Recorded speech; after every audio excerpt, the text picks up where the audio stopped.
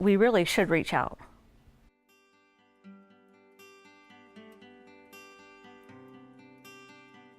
If you had told me that I would have some chronic illness in my early 20s, I would have never believed you. After the doctors told me I had 5 blood clots and 1 on my brain, football has kind of been really, I have to think about it a lot. If everybody had a better understanding and knowledge, it would have massive, wonderful effects.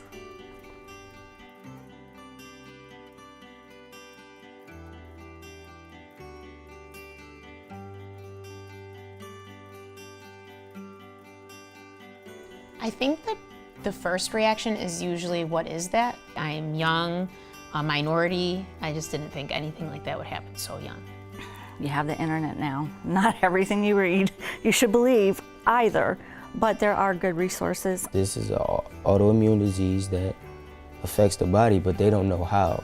So you can look at me and say, this kid looks perfectly fine.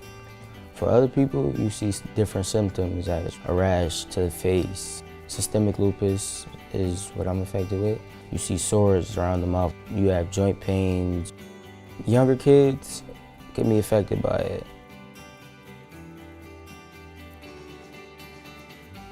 The earlier you are diagnosed, the earlier you can start a treatment plan and start to get back to some type of normalcy. So I ended up contacting the infectious disease person I saw at the hospital, who immediately saw me and saw how bad it was and called a rheumatologist right there in the office while I was sitting there. So then I was able to get a really great rheumatologist at that point, where I've been since I was diagnosed.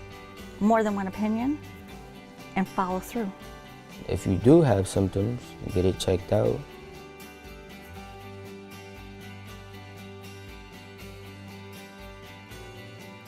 If you get tired, lay down.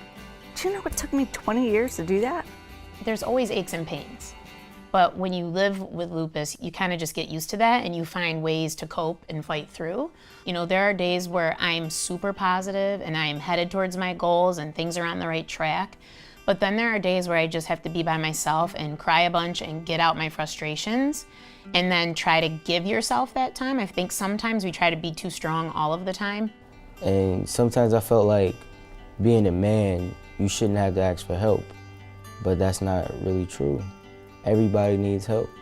I don't know why it's so easy to take care of other people for me than it is to take care of my own self.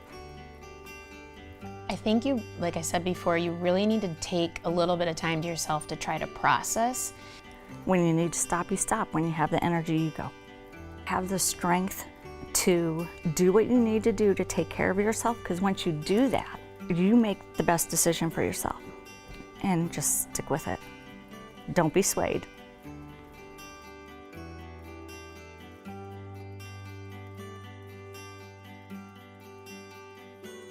You really need to get a good support system around you so that when you are having bad days and you physically can't do things, you have people that you trust that you can call to come help you. And I would say, obviously, emotionally, most of the time you work your way through, but there are going to be days when you just kind of have a total breakdown. And again, you need someone that you can talk to. My students are great. I'm very open and honest with them. That's by my choice, so that they can see when I'm having a rough day. A lot of them will offer to help and do little things that help me get through the day. You talk to people, you let people know how you feel. Create like my lupus notebook, my lupus diary, my lupus journal. They can express their feelings, because having lupus, you do build up a lot of emotion.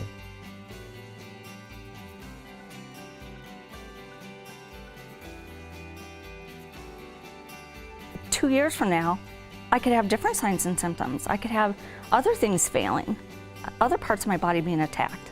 I know now there are several apps that are specifically made for chronic pain or specifically made for lupus, where you can each day kind of mark down how you're feeling that day, write down maybe triggers that you think might have caused why you're feeling that way, and kind of start to keep track of it.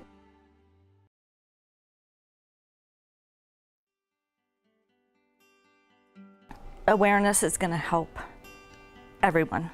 It's not one person. If you share the knowledge, then you're going to help a person. And if you help that person, they're going to help another person. And that's going to make each individual's lives that are affected and their families and the people they work for much better. While I was in there, my family and my cousins, they made these bands, made those, and they just started spreading around. The way I'm really trying to get lupus to be known is with these, maybe some shirts, the wristbands, the shirts, the walk, letting people know about the lupus walk. I really feel like there's a lot we could do to let people know about lupus.